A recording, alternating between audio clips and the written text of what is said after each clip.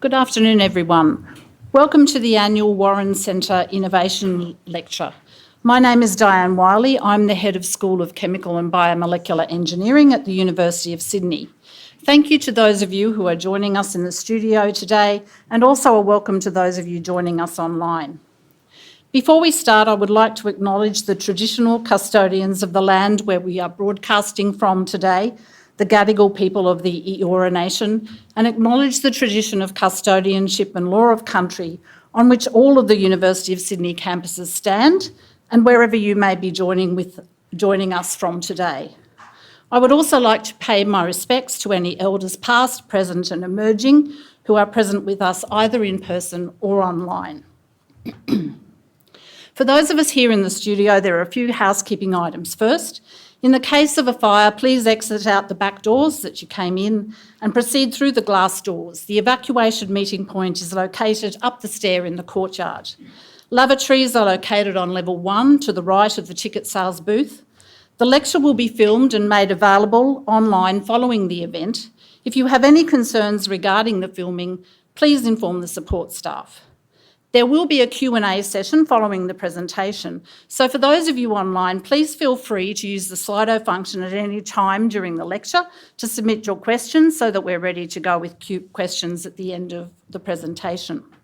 For those of you in the audience, light refreshments will be served in person following the presentation. So now a few words about the Warren Centre. The Warren Centre was established in 1983 to celebrate 100 years since the first engineering lecture in Australia by Professor William Henry Warren at the University of Sydney. The Warren Centre, a centre within the University of Sydney, unites industry, government and academia together in the areas of engineering, computer science, technology and innovation. The objective of the centre is to promote excellence and innovation in engineering and greater cooperation between the Faculty of Engineering, Industry and Government. The Warren Centre's Innovation Lecture has been held annually since 1996. It is a flagship event hosting Australia's innovation leaders to share their insights and experience, supporting Australia's drive for global competitiveness. So today we have the very great pleasure of having Andrew Liveris with us.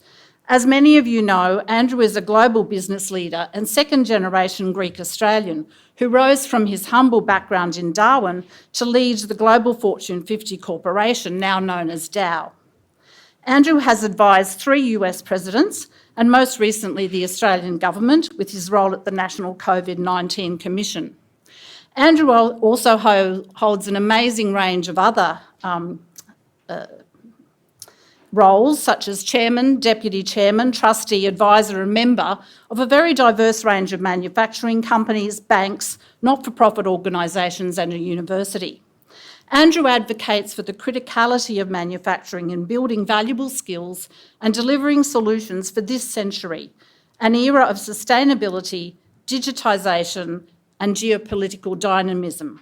It is my great pleasure to now invite Andrew to the podium to deliver the 2021 Warren Centre Innovation Lecture on the topic of innovation in manufacturing and the future of the Australian manufacturing landscape. Please welcome Andrew. Thank you, Diana. Budjeti Kamaru. I extend my respect to Aboriginal and Torres Strait Island people, the world's oldest civilization.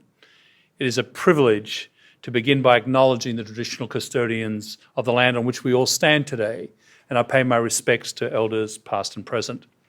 I am standing on Gadigal land of the Eora Nation.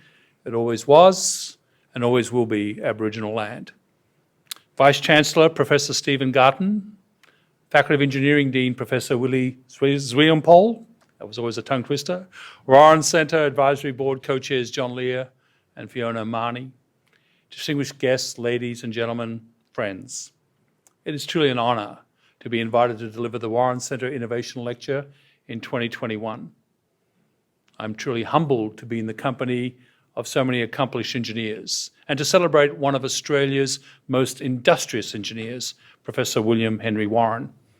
While reflecting on Professor Warren's many achievements, I found some similarities in our backgrounds and one huge difference. The professor was an immigrant who worked for over 40 years and was proud of his contribution as a published author. He advised the government and was recognized as Professor Emeritus on retirement. And what did he hope to leave as his legacy? To build a great engineering school. And it is. I notice your roll call of capable graduates, including a university medalist who has embarked on a PhD to study motion planning for dynamic bipedal robots in rough terrain at the Australian Centre for Field Robotics. Like Professor Warren, as mentioned, I am the grandson of immigrants, in my case, Greeks, who settled in Darwin, where we lived until 1974, before my family moved to Brisbane. Many of you may recall that was the year Darwin was devastated by Cyclone Tracy. After a state school education, I studied at the University of Queensland, graduating as a university medalist with first-class honours in chemical engineering. Like Professor Warren, my career spanned more than 40 years, beginning at Dow in Melbourne, where I started working in 1976, and ending in Michigan as chairman of the same company. I also published a book, Make It in America, which presents a series and set of practical policy solutions that President Obama, with whom I worked for 8 years, President Trump, and now President Biden recognized as a valuable contribution to the economic resurgence and revitalization of that nation's manufacturing sector. And more recently, Prime Minister Morrison has also shown an interest in the outcomes that can be achieved from a modern manufacturing initiative. And like Professor Warren, I have created the Liveris Academy for Innovation and Leadership at my alma mater that I hope will provide Australia with the environment and programs to grow more creative leadership. Now that's where the similarity ends. I'm a long way off from retiring. It's timely that I've been invited to speak on innovation in manufacturing and the future of the Australian manufacturing landscape.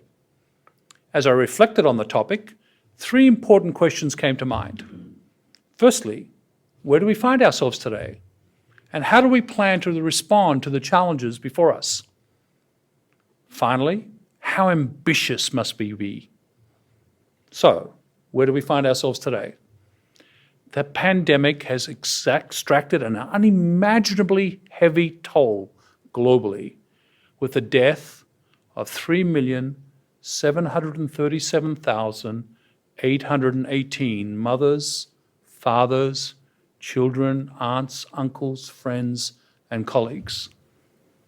And to that, the negative health consequences for those recovering from the virus, the job losses, the interruption of education for countless young people, the continuing impact on the mental health of citizens globally, and the heavy financial toll on economies as this nightmare reveals itself.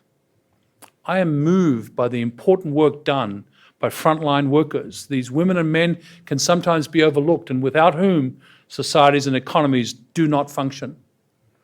It seems only fitting that we recognise their important contribution. This pandemic has demonstrated what the world is capable of doing when it shows humility and chooses to collaborate, when it follows the science and respects the data. The pandemic has also demonstrated the resilience of people everywhere, and it has revealed the power of digital technology that enabled us to work, connect, learn, be entertained, shop, in some cases even cause mischief. During this pandemic, we've accelerated the development of new skills and capabilities from boardroom tables to kitchen tables. And the pandemic has had many unexpected outcomes.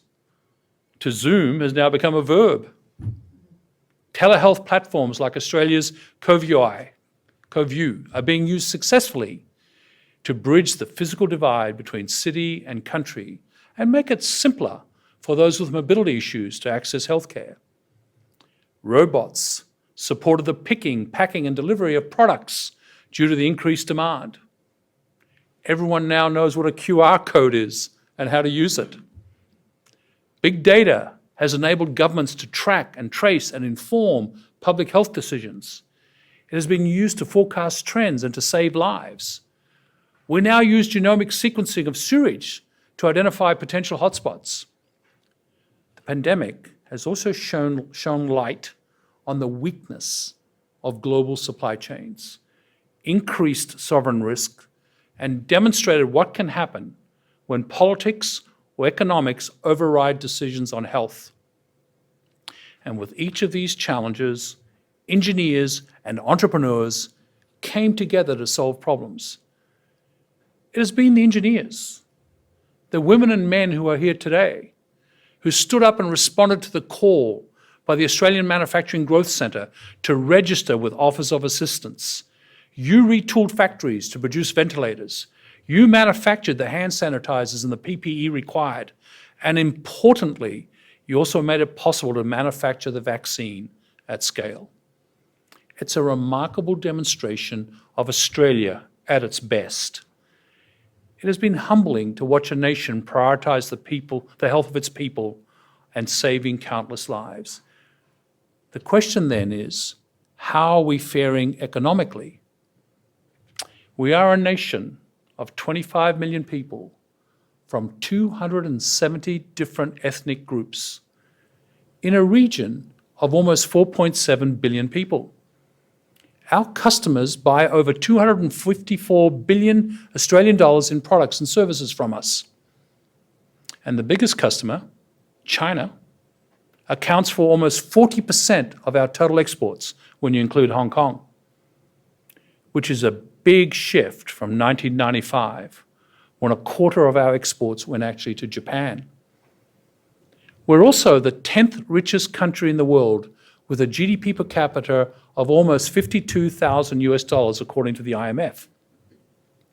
Singapore ranks 6th with a GDP per capita of over 58,000 US dollars. And this compares to Ireland, which is the 3rd richest country in the world, with a GDP per capita of almost 80,000 US dollars. Let me repeat that in case you didn't catch it, for those who thought I might have made a mistake. The IMF has measured Ireland as the 3rd richest country in the world in 2020. What you might not appreciate is that the country that took out the first place has actually a population of 635,000 people, 48% of whom are expats. And not only has it attracted 8 trillion Australian dollars in funds under management, it also has a thriving technology sector. I'm of course referring to Luxembourg. So on balance, actually, it looks like Australia is doing well. Or are we? Over the past 18 months, it won't surprise you that Donald Horne's treatise, The Lucky Country, has been mentioned to me on more than one occasion. I've been reminded that Horne wanted to portray Australia's climb to the top being based on luck rather than, and I quote, any blessing of its political or economic system, which he saw as second-rate.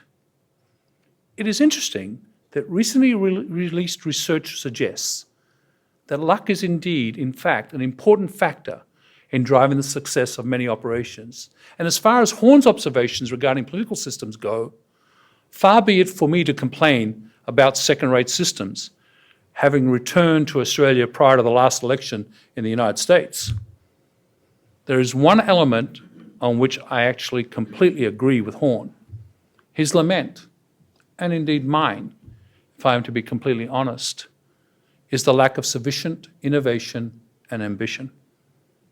The Reserve Bank of Australia reports that the health of the economy has improved, and as we can see, the market is awash with cash, unemployment is low, and house price growth reflects Australia as an attractive destination for returning expatriates. I wonder if this has given the nation a false sense of security and makes us all a little complacent. These are, after all, lag indicators. The lead indicators tell a much more troubling story. I am concerned about our appetite for innovation and entrepreneurship. In Murray Herb's Startup Muster Report of 2018, launched by then Minister Karen Andrews and featuring analysis by CSIRO's Data 61, we see a growth in startups in Australia until 2017, which was followed by a sharp decline of 12% in 2018. I cannot tell you what's happened since then, because after 5 years of data gathering, the report is no longer produced. According to PitchBook data, seed stage investments increased from 2015 through to 2017, then declined for the next 3 years, with a total reduction of 60% in seed stage deals.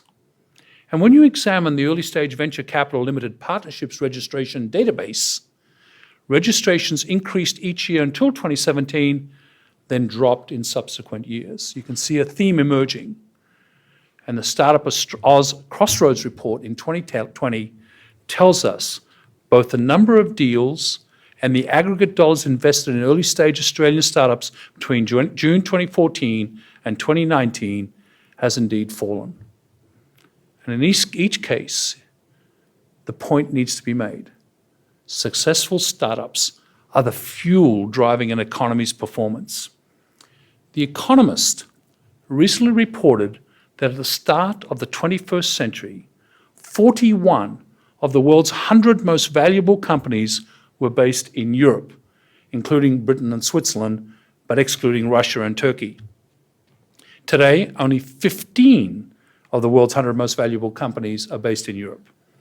And of the world's 142 listed firms with over 100 billion US dollars, 43 were set up from scratch in the past half century.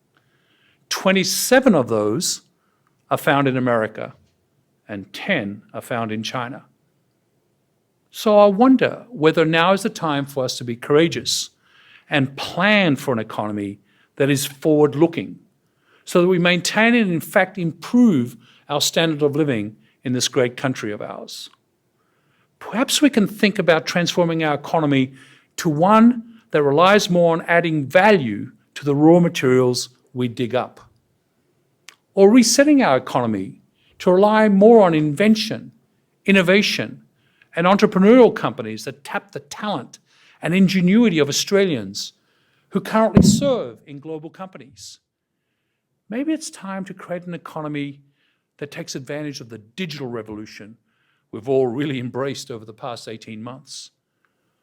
I've been wondering whether we are ready to become producers of the technology, not just consumers of it, or whether we are ready to expand our customer base. Are we ready to make the changes to the economy that will be as significant as those made by Prime Ministers Hawke, Keating, and Howard, so that we can set up the nation for another 30 years or more of growth? I hope so. It's a Herculean, or perhaps an Atlassian task, but I think we can do it.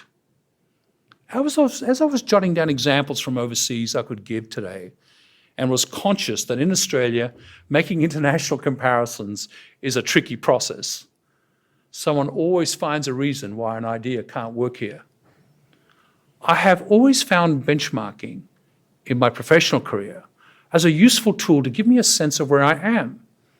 So today, I've been careful to choose an economy that has indeed a number of similarities with ours. So let's look at Ireland.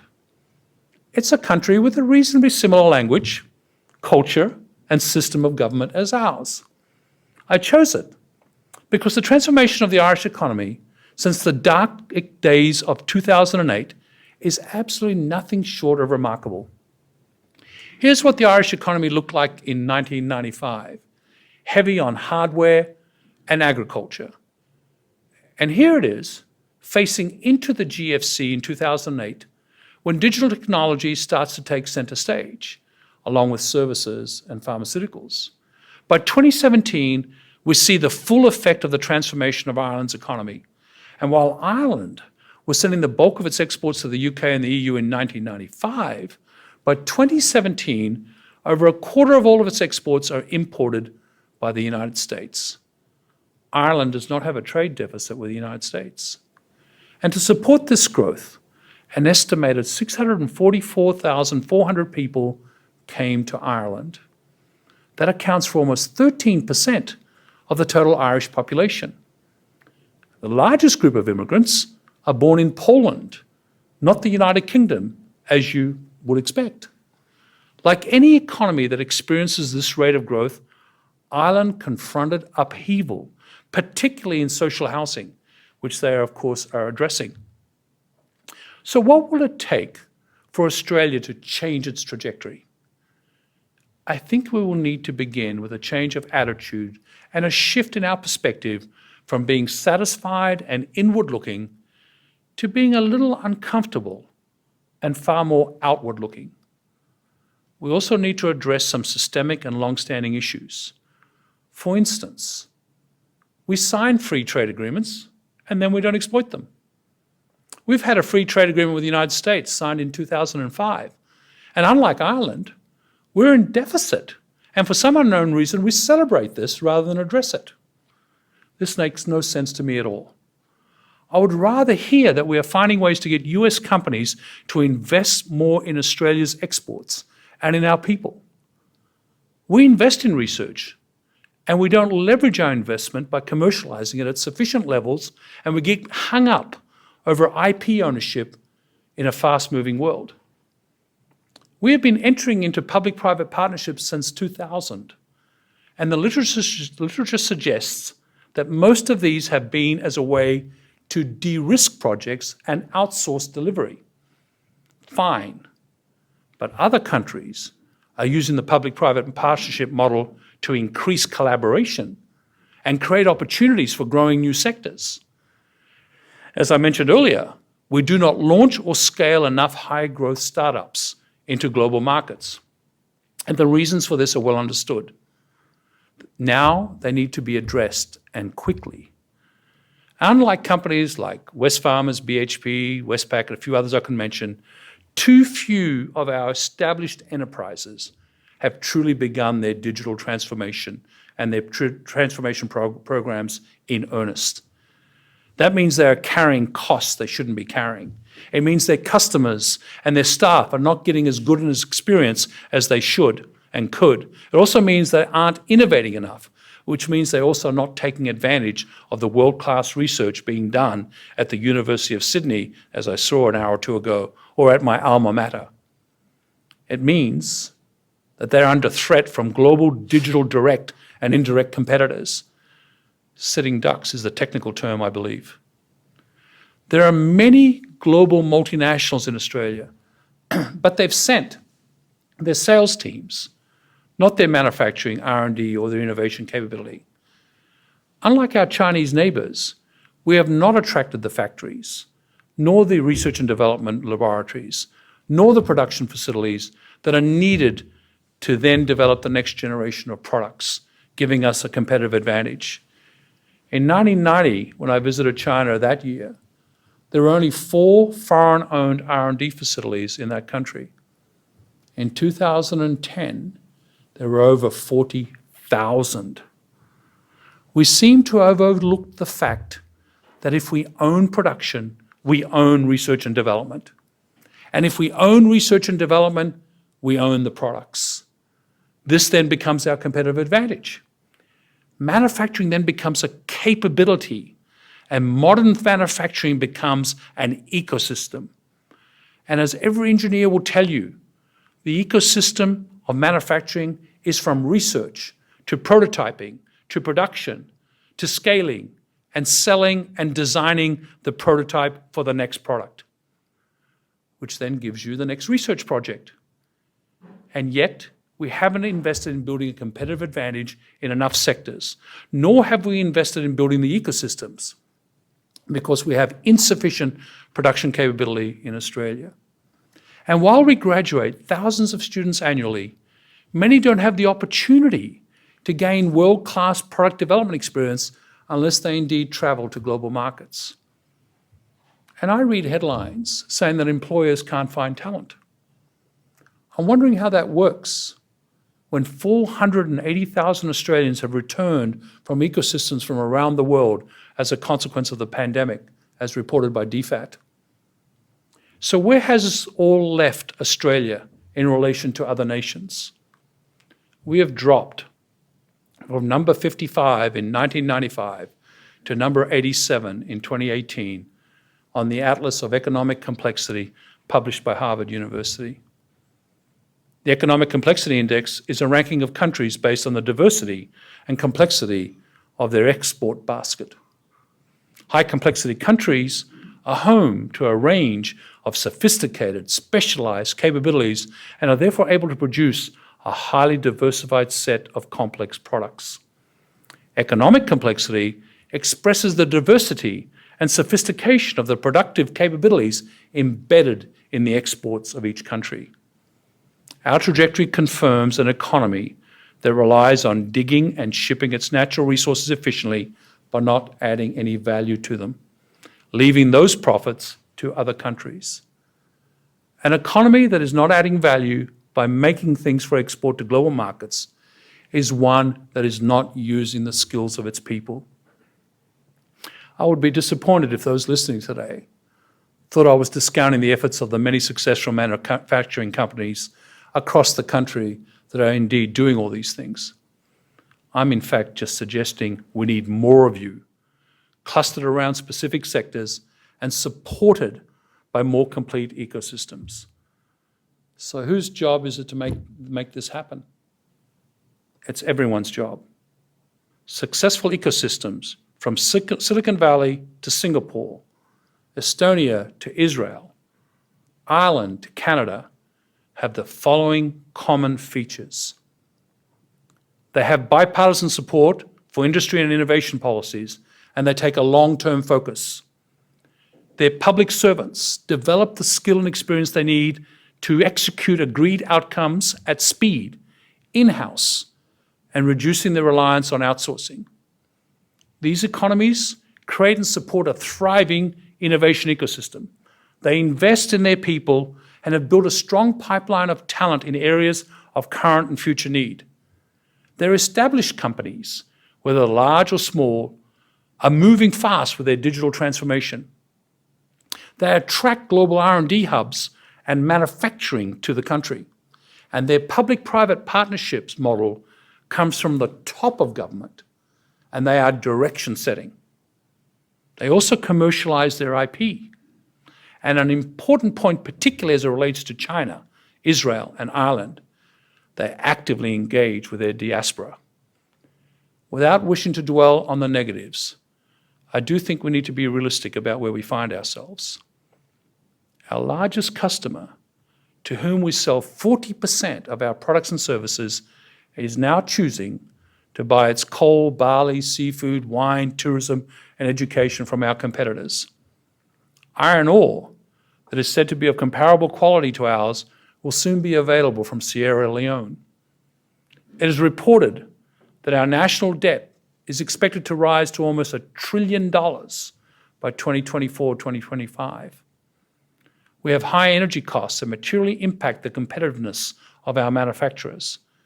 And we have a skills mismatch in the public and private sector after decades of outsourcing. Oh, and one point to add. While the Australian global brand is stunningly good in celebrity culture and in sports, in business culture, it's almost non-existent. And our place in the world continues to slip. Today, across the world, we see globalization 1.0 falling apart. In its place, globalization 2.0 is emerging and arriving, and it's all about regional alliances and regional trade. A lot of that is because of China's ascendancy and the economic colonialism, including its Belt and Road Initiative. We are reaching a point where companies and countries are having to make a choice. If you sell to China, you probably won't be able to sell to the USA. A real change in trajectory. The China Strategy Group in 2020, chaired by Eric Schmidt, the former CEO of Google, released their report and noted that, and I quote, advances policies that position the United States to outcompete China without inviting escalatory cycles of confrontation, retaliation, or unintended conflict. Meanwhile, global social systems Democratic capitalism, as we've all gotten used to it, is being challenged by its failure to provide equitably to citizens. Short-termism is coming at the expense of true enterprise, and this is in essence led to anti-globalization forces. ESG factors are now the critical drivers for sustainable business on the planet, as they should have been all along. The UN Sustainable Development Goals and the move to net zero emissions is finally gaining pace, and importantly, the value of an authentic and sincere approach to diversity, inclusion, civil and social justice, and belonging is now critical if we want our cohesive societies and economies that can actually indeed unlock the talent of all of our people. So how can Australia respond to these challenges? We can indeed learn from the strategies adopted by the economies that absolutely have no natural resources to exploit. Economies like South Korea, Singapore, Ireland, Israel, and Japan, they tap the ingenuity of their people and those immigrants they attract to build capability and create sectors facing global export markets. And even Canada and all rich nations in the Middle East are now in a race to diversify their economies in response to changes in customer intentions. They're not waiting. If the pandemic has taught us anything, is that we cannot wait. We have to look out of the front windshield and not the rearview mirror, so we can truly drive towards our future. Our challenge is to decide how to reshape Australia's economy, and we will need to deliberately choose economic sectors that will deliver decades of growth. If we are to maintain our standard of living, Australians will need better paying jobs. We will need organisations that produce these jobs, and all Australians will need the skills to do these jobs. We know what we need to do, so how do we do it? With humility, a sense of urgency, and collaboratively. The first step is to seek inspiration from economies that are doing things well. We can indeed draw on the experiences of, say, Singapore. Its Economic Development Board is considered best in class and has become a rainmaker of foreign direct investment. There's a lot to learn also from the experience in Ireland, who successfully secured an Intel fabrication plant and in fact used this to create employment, upskill its workforce and create opportunities for startups from their ecosystem. Ireland has also established its Enterprise Ireland and leveraged their diaspora to provide capital and customers, encouraging universities to work with the global companies that relocated to Ireland to reshape their degrees and to deliver world-class talent. Ireland has the youngest and most highly educated workforce in the EU. And we can indeed even look at Luxembourg, the richest economy in the world. Luxembourg negotiated public-private partnerships with global multinationals to create new opportunities and opened its doors to expats. It welcomed a number of the world's major corporations and transformed its economy for the fourth time in 150 years. And it deliberately chose sectors on which to focus, including space, automotive, smart mobility, clean tech, a digital economy, finance, health, logistics, manufacturing, and maritime. And we can look to the experience of the United States, where I spent considerable years, which rebuilt their modern manufacturing capability. It chose a diversified portfolio of sectors exporting to the world, opened the doors to global capability, and encouraged graduates to remain in the USA after they completed their degrees, their PhD studies, offering permanent residency.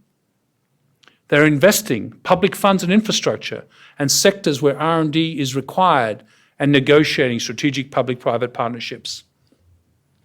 So in Australia, just over a year ago, the final report of a task force I chaired for the Prime Minister was delivered to the Australian government with a proposal for a modern manufacturing initiative. This is a big thing. It's since been adopted, an important first step. The recommendations are challenging and require Australia to apply a sharp focus on outcomes and take more informed risks with the money taxpayers commit every year in the name of industry innovation. And I'd like to be very clear. The focus of the Modern Manufacturing Initiative is not more spending. The focus is on delivering better outcomes. Taxpayers already spend between $6 and $8 billion each year to fund innovation programs. We've seen 60 reports prepared by the Commonwealth on innovation between 2000 and 2015, according to a report by Emeritus Professor Roy Green. He found that billions of dollars spent on research and innovation were spread across 13 portfolios and 150 budget line items. Give me a break. This approach delivers way too little. The reports need to end, and the effort needs to shift to delivering stronger outcomes. The strategy must become delivery. The Modern Manufacturing Task Force report identified a number of high potential areas that play to our strengths. These are space, medical products, resources technology and critical minerals processing, food and beverage, defense, recycling, and clean energy. I'm really delighted to see a continued focus on the space sector because the future industries will indeed be the space industries. We already have precision agriculture, marine tracking, border security, and even the timing for financial transactions relying heavily on space. And in space, sovereign capability begins with launch. And Australia's Gilmore Space Technologies in Queensland are indeed rocketing along in developing a small launch capability. Australia's capability in the mining and oil and gas sectors around remote asset management, suits and their suites of technologies that allow huge logistics trains to be operated with a minimal number of people in a very safe way is also important, because it is that technology that is needed as you look at the exploration of space and indeed going to the moon and beyond. For a sector that is so young in Australia, the space ecosystem is already impressive.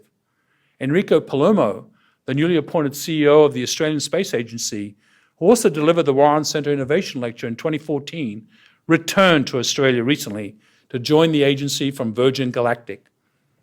I want to recognise his contribution to Virgin Galactic's first ever spaceflight 2 weeks ago. It must have been an incredible moment for him. I also want to make mention of University of Sydney alumnus Professor Brian Gainzer and his team, who are making a significant contribution with their work on the Australian Square Kilometre Array Pathfinder. I'm encouraged by this prospect of Australia building its capability also in resources technology and critical minerals processing. Australia's Robin Denholm, the chairman of Tesla, commented recently that Tesla alone will consume more than $1 billion Australian dollars of Australian lithium, nickel, and other critical minerals for batteries and electric motors. And by 2030, there's an expectation that a lithium-ion battery market will be worth 400 billion Australian dollars, which is 8 times the revenue generated by coal exports in 2020. The simplest way to reduce emissions will be to stop shipping products elsewhere to have it refined. At Dow, we call this molecular tourism. We need to recognize how value added at source can help eliminate unnecessary emissions and environmental damage. The lithium used for battery cells sold for about $100 million, but it was processed actually onshore in Australia. If it was processed onshore in Australia, the value would go from $100 million to $1.7 billion. That's a $1.6 billion US dollar annual opportunity and growing. An enormous opportunity also exists when we add value to our agricultural exports. We need to process food onshore rather than shipping raw materials and retain the jobs and the margins here in Australia. And by building out a circular economy, we can have a profitable and sustainable economy, a healthy environment, and a more conscious and connected society. Now, for my final question, how ambitious do we need to be? Short answer is very. When I turn to our situation in Australia, I think of Thomas Edison's aphorism, good fortune is what happens when opportunity meets with planning. Australia's innovation opportunity now has a path to progress in the form of the Modern Manufacturing Initiative.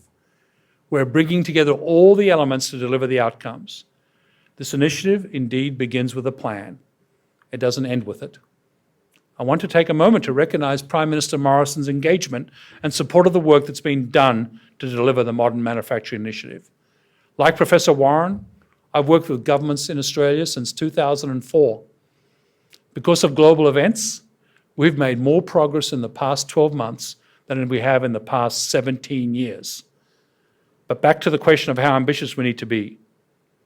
We all need to accept that our future is indeed digital, that advanced manufacturing is the best way to remain competitive, to respond by embracing technology and using it to make progress like we did in 2020. There's no going back. This is especially important because I believe the world is in the Model T Ford era of the digital economy, that a tsunami of digitization is on its way, and we haven't seen anything yet.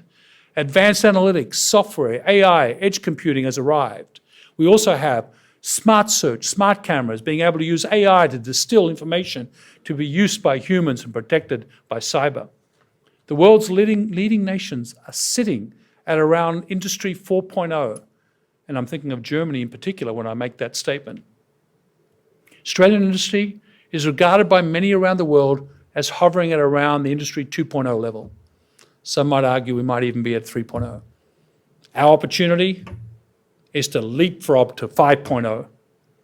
And as we do this, we must be committed to ensuring that we build cybersecurity into our new technology from the get-go. It must underpin all of our development. And as we scale our new sectors, we will signal opportunities to the entrepreneurs who will then build our companies and create the jobs. And as we do this, we need to be ambitious for the quality of the jobs we create. We need to build the pipeline of talent in anticipation of the increased demand. We need to do this in collaboration with indeed our universities, our TAFEs, our private providers, and our schools who have an important role to play here, because the size of the workforce required is going to be much bigger than what we have in Australia. Work needs to be done to identify and retain the global leading talent in Australia. We need to deliver a just transition for the workers who need to be reskilled and redeployed. Australia needs to embrace and retain older workers so we can leverage their experience and expertise. And we must invest in our young people and continue to benchmark our performance against the best in the world. We also need to welcome home our expats who want to return and contribute to Australia's success, and attract immigrants who want to contribute to a thriving economy. And finally, we must give business the one thing that's the hardest to do: certainty, so they can invest with confidence. Australia's Modern Manufacturing Initiative will need a board made up of people with a global perspective and experience in global markets, ready to roll up their sleeves. This board will need long-term bipartisan support. They will need the ability to make decisions and be conscious about bringing Australians with them. Members of this board should be one phone call away from any answer they need. They will need to be prepared to spend their personal, political and relationship capital so they can help to create a prosperous future for all Australians. Business, government and civil society recognise that the world has changed. We all need to recognise that the time for action is now. Australia must be ambitious for our researchers. We want to connect you with industry so that you can commercialise your elements of your research. This will give you the funds you need to continue to invest in more research, and both motivates you and benefits Australia. Australia needs to be ambitious for our innovators and our entrepreneurs. We have clearly signalled each area of focus so you can find good problems to solve in those areas. We have heard that you need access to seed and seed plus funding. We recognise the need for thesis-driven VCs to build out sectors in addition to a potpourri of one-off unicorns. We recognise the need for you to access customers domestically, and we know you need assistance to gain access to global markets. And we know you need an appropriate pipeline of talent. We now need to deliver for you so that you can deliver for Australia.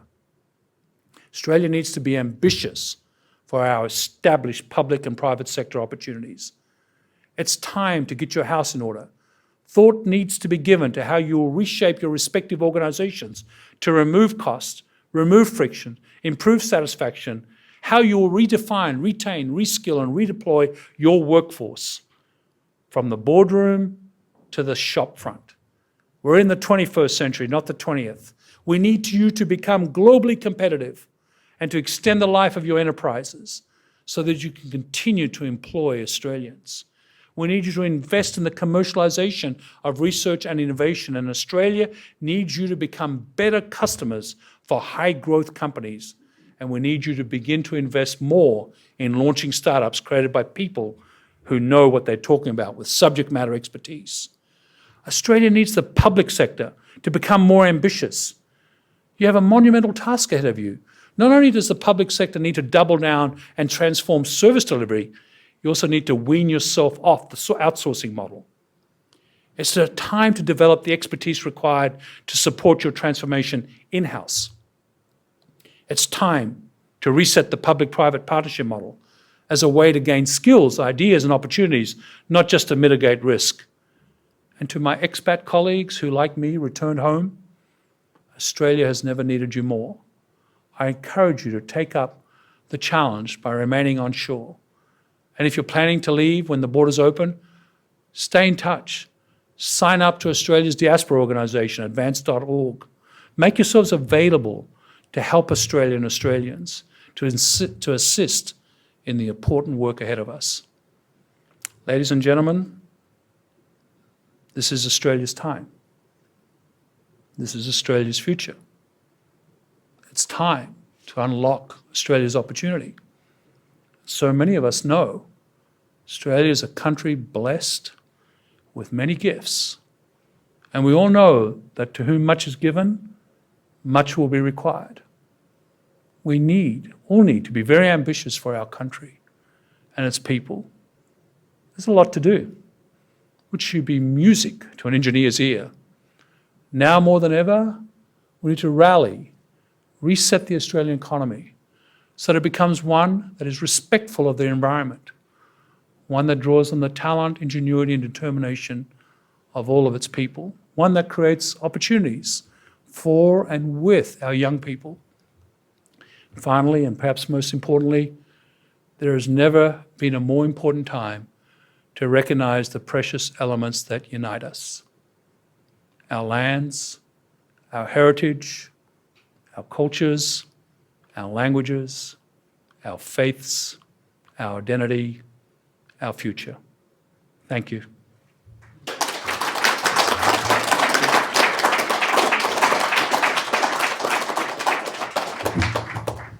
Thank you very much, Andrew, for that really inspiring lecture. Now, I'm sure we have a few questions, so I'm going to start by asking if there are some questions online. Okay, so we have a question from Fiona. How can Australia leverage the acceleration in digital transformation that COVID has driven to uplift industry and innovation? Let's just start with an easy question. Thank you, Fiona. And that at the centrepiece of my talk, you heard me talk about geopolitics, you heard me talk about sustainability, and you heard me talk about digital. And I think I sit on the board of IBM, I'm on the advisory board of Salesforce. I have the privilege of advising the Biden administration on exactly this topic.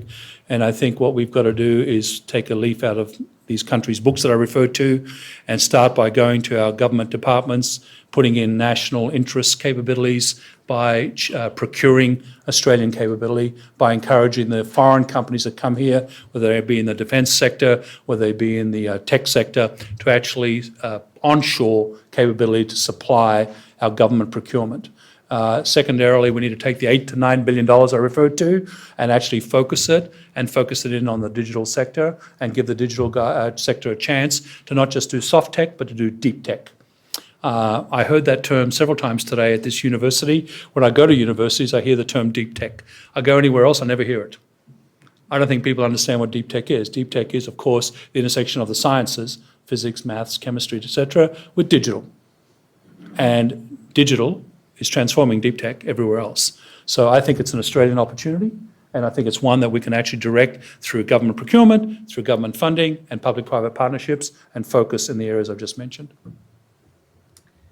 So a second question from Laura. How can Australia be more attractive for more manufacturing businesses when the cost of labour is much higher in other countries, assuming, of course, we don't want to drive down our wages? So absolutely, totally a great question, one that the task force addressed last year. And the very end of that question, absolutely, totally, we don't want to drive down our wages. In fact, we should want to lift our wages. We should actually want everyone to have part of the economic pie by making the pie bigger.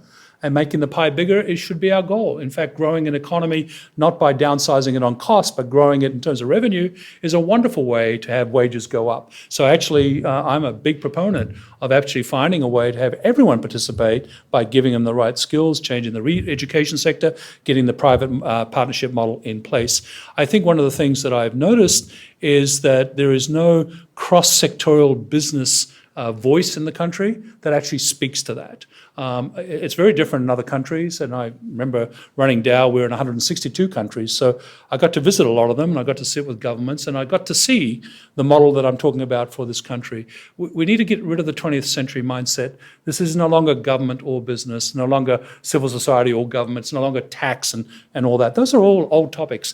We are all generating revenue for all of us to have this great lifestyle in this great country and giving us 21st century jobs. And that type of discussion will attract foreign enterprise here, especially as we start churning out the graduates I saw today. I saw some of the young PhDs here. I mean, it's just phenomenal. And everywhere I go, we're not lacking in smarts. We're lacking in the jobs for those smarts. And so what we need to do is get the jobs here by attracting the foreign enterprises. And I've committed myself. I don't want anything for this other than to help Australia. I've got the Liveris Academy being built for this reason. I've also committed my Rolodex. I will call anyone in the world to get them to come, and I'll sell Australia to them if you give me the toolbox, and which is what I've been working on. So turning to a slightly different topic now from Lynn, the top TED talk, which I'm sure you know all about, of all time was Do Skills Kill Creativity? So, as you said, we need more startups to drive economic success. So what are we going to do to stimulate creativity in our school system and maybe even in our universities? One of the wonderful things about being Australian and having the American experience is I got reminded by a great quote, I don't know who said it, that Australians and Americans are similar but not the same. And that's an interesting thought because many of us think Australians and Americans are the same, and we're not. And one of the big differences that America has that I think we should adopt is America in their education system does show and tell. It emotes. You can emote early in your life. You know, if you've got young kids, and those of you with young kids, kids emote. In school systems, let emotion come in. Let the presentation side come about. Get confidence. Let the creative side of the brain work. Get the intersection of art and science early. Figure out, the music side of maths and math side of music. Those intersections is really what creates creativity. I think our system is very, very set to do it. I think we just need to get out of each other's way and just let the school systems do it and actually train our teachers differently so they can actually do it. So it's liberating ourselves from the shackles of what got us here. Because what got us here isn't what's going to take us further, and that's really the key thought. So a question from ST. So you showed us some very sobering graphs at the beginning of your talk tonight about how bad the complexity of our economy is. So it's just a few ideas for us about what universities like ours should be doing to help really turn us into a 21st century manufacturing economy. Yeah, I didn't mean to do the doom, gloom, sobering thing, but I got taught very early a leadership lesson. Embrace reality is the first thing you got to do, and then you can make choices. But if you don't embrace reality, you're living in fantasy. So those charts is a reality. Now, it really has not hurt the country in one sense. We're a G20 country. We're, ex-richest in the world, as I said, and we're fine if you think the world stands still. It doesn't. Okay, so the world is doing anything but standing still. So really, coming through to the university side, I think one of the great problems of the country is we haven't found a way to get a synergy between the universities, the national lab, in this case CSIRO, and enterprises. And Catherine Livingston, who is a great colleague and friend of mine, and she's just an amazing person and leader, she highlights the gap between TRL 4, Technology Readiness Level 4, and Technology Readiness Level 7 as being the major gap. If I had to simplify, universities are before 4, businesses are after 7, there's no one in between. And we need to create the in-between. How? Hubs. Hubs like what I saw today. The advanced manufacturing hub here, the additive manufacturing. We need to take the hub model and amp it up. Take some of that money I talked about earlier and create maybe a dozen hubs around the country and some in regional Australia. And actually create campuses and ecosystems that bring together enterprise, academia, and absolutely some degree of government. And if you can do that around the country, I think we can change the game here. And while I'm on my podium here, we also, being from Darwin, I need to say this, why is the north of the country so underpopulated? We need to create some of these hubs up north. We need to fortify our country with population. Immigration will help a lot, obviously, but obviously we need to actually create jobs up there, which is one of the ways of doing it is through this model to cover TRL 4 to 7. So there's a chance now for a couple of questions from the room. So yes, down here. Yeah. My name's George Malterborough. I'm an alumnus of this university. Andrew, you make a powerful, persuasive and I guess even urgent case. For me, there's 3, I guess, policy-related questions that come to mind that are all potential barriers. I mean, the first one is that the manufacturing share of GDP in Australia, I think, is probably around 8%, or am I thought of in that ballpark? Yes. So given the ambition that you talk about, do you have a particular target of where you think that might go? That's the first question. The second one is industry policy. I mean, in my view, industry policy in Australia has been almost a total failure in the last few decades. I mean, on the Labor side of politics, you've had subsidising the car industry and feather bedding union-dominated industries. On the Conservative side, you've had a philosophy of, well, governments are very poor at picking winners, so you should just let the market rip. And what you're talking about is actually picking sectors and actually winners. So that's a huge sort of policy change. And the third one relates to universities and the graduates that you need to pursue these innovation goals. And universities in the last decade or so have been focused on exporting education products, if you like, rather than focusing on domestic graduates. So how do we actually get them to change that focus and focus on producing graduates?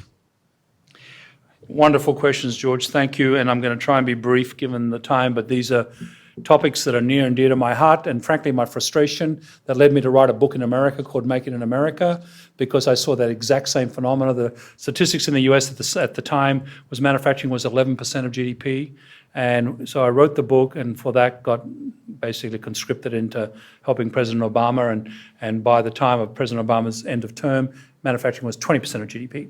So part of the topic is actually definition. Many of us, when we think manufacturing, my age group for sure, grew up in the industrial world, and the industrial world was factories, smokestacks, pollution. You had a vision of industry and manufacturing that is nothing like the vision of manufacturing that I had at Dow. I mean, and so, and especially with the arrival of digital. So definition of manufacturing is important.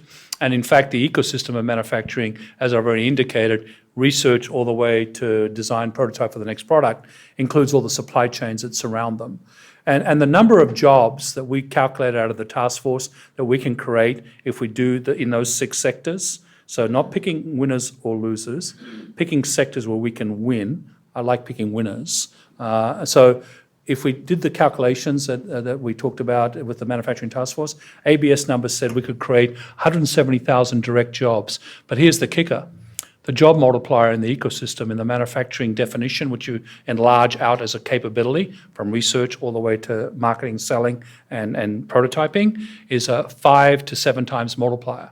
So if you take 5 times 170, there's the 850,000 jobs in manufacturing that could be created in the ecosystem. Now you say, well, they are low-tech, Amazon-type jobs. No, they're not.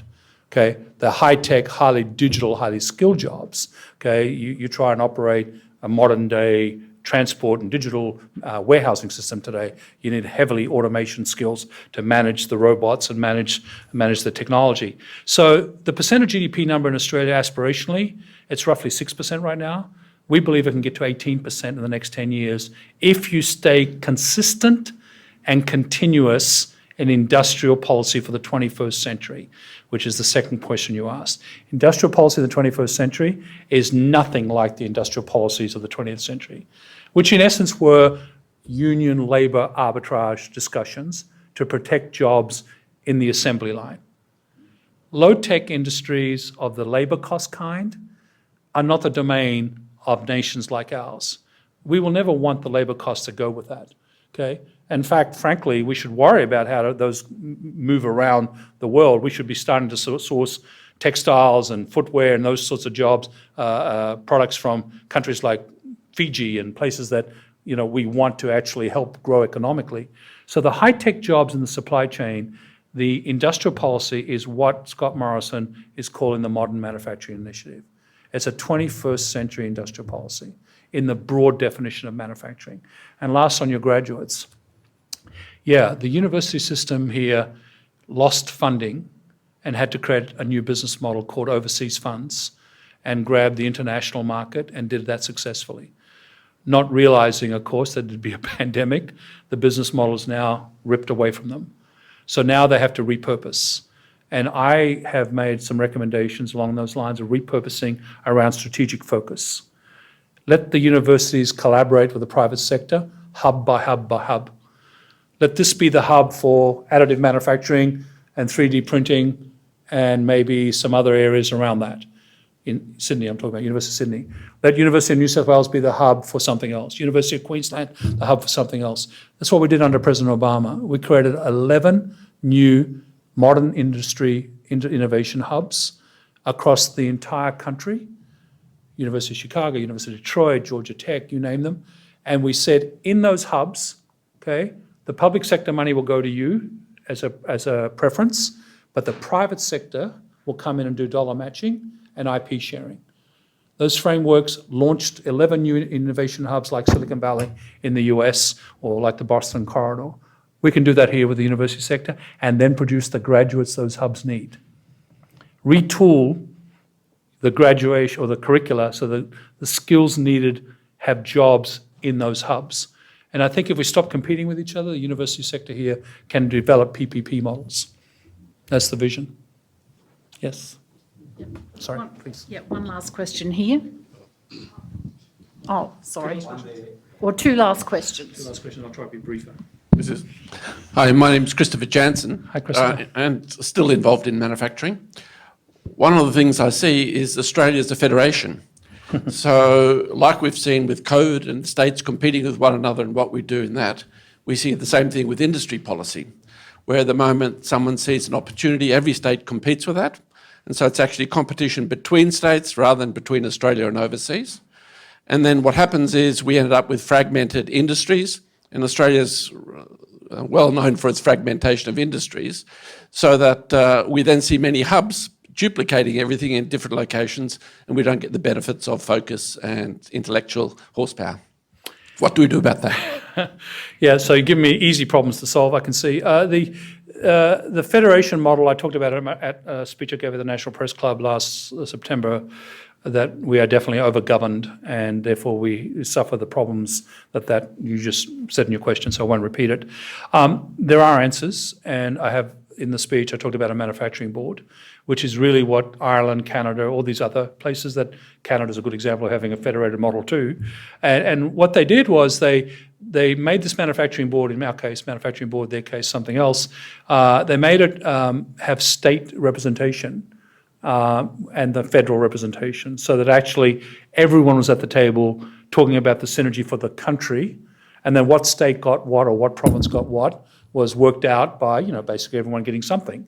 But not everyone getting the same thing over and over and over, which is your point.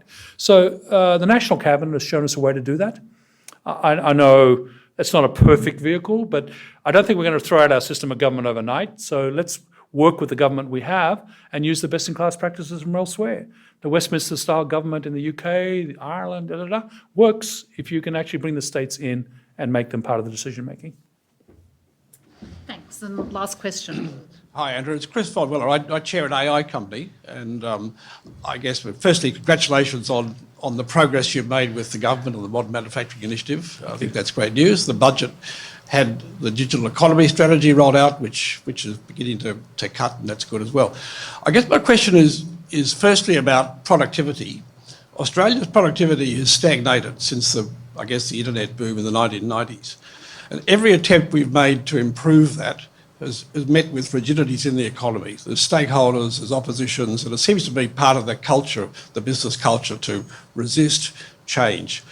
So how do we overcome those rigidities? That's the first question. The second question relates to SMEs, small, medium enterprises.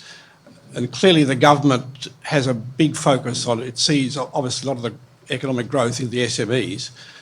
Do they need special help? Do the hubs need to be directed at the SMEs? How do we activate that part of the economy? Yeah, thank you. Two great questions. Again, the productivity topic is not unique to Australia. In the internet digital age that we've had the last 20 years, productivity has become a problem everywhere. And the solution space is beginning to occur in some countries. And Israel is a great example of one, where absolutely, totally, what we all got to stop now worrying about, we all got taught, and I was in the business world, right, in the 80s and 90s, that productivity was your savior. And what we figured out, we could take out a lot of costs, get very productive, and lose creativity.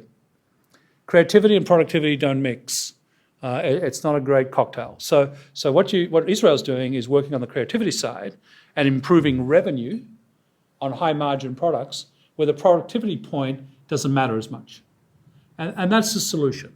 The point about it making the economic pie bigger will overwhelm the productivity point. Not to say there isn't waste. I've referenced waste in some of my answers in my speech, but I think it shouldn't be the domain now that we look for. It's not the barometer. It's a lag indicator, not a lead indicator. And in terms of SMEs, the Advanced Manufacturing Growth Centre, who I'm a big fan of as part of the Growth Centre initiative, created under the Howard government, I believe. Maybe it was post-Howard. Anyway, long story short, they've basically got a database of 85,000 SMEs in the manufacturing sector. They are all needing help in some way, shape or form. They're not very well networked. They can't access, the banks don't lend them money. Our banks are very conservative here.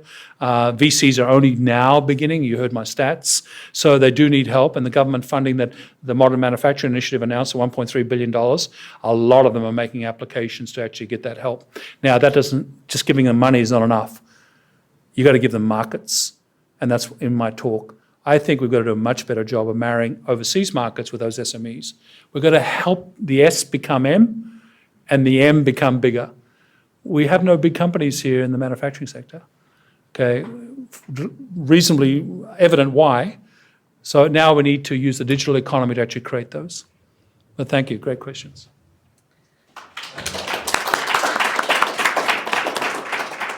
So to say a few closing words, I'd like to invite Professor Simon Ringer, Director of the Core Research Facilities here at the University of Sydney and Professor of Materials Engineering, to please come and say a few words.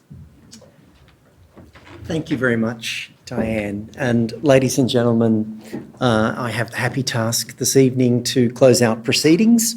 And I think we'd all agree that this has been a fabulous 2021 Innovation Lecture. So a few brief thank yous are in order. So firstly, to the team in our Dean's Office and the Faculty of Engineering, Professor Zwenopol's team, Kieran Passmore and the gang, great job. To Fiona and David's team at the Warren Centre, wonderful work. We thank you. The Big Creative, thank you for the online streaming work, excellent. But of course, the reason this has been such a successful night and a wonderful night is the inspiration. the observations, I guess the provocations that you have given us today, Andrew Liveris, and we are very, very grateful. Thank you. As a small, yeah, please. So on behalf of the Warren Centre and the University of Sydney, we have a token of our appreciation. It is a book deal. The book deal. Didn't they tell you about the book deal? So you're going to pick some books. Okay. And these books are going to make it into schools in rural New South Wales. Oh, wow. And How good this is is a token of how that's you. going to work. So thank you very Oh, much. wow. That's so nice. Thank Wonderful. you. What a great idea. Thank you. Thanks to everybody. There are some refreshments served, and this ends the broadcast. Thank you. Thank you. Terrific. It's very nice. That's a great idea.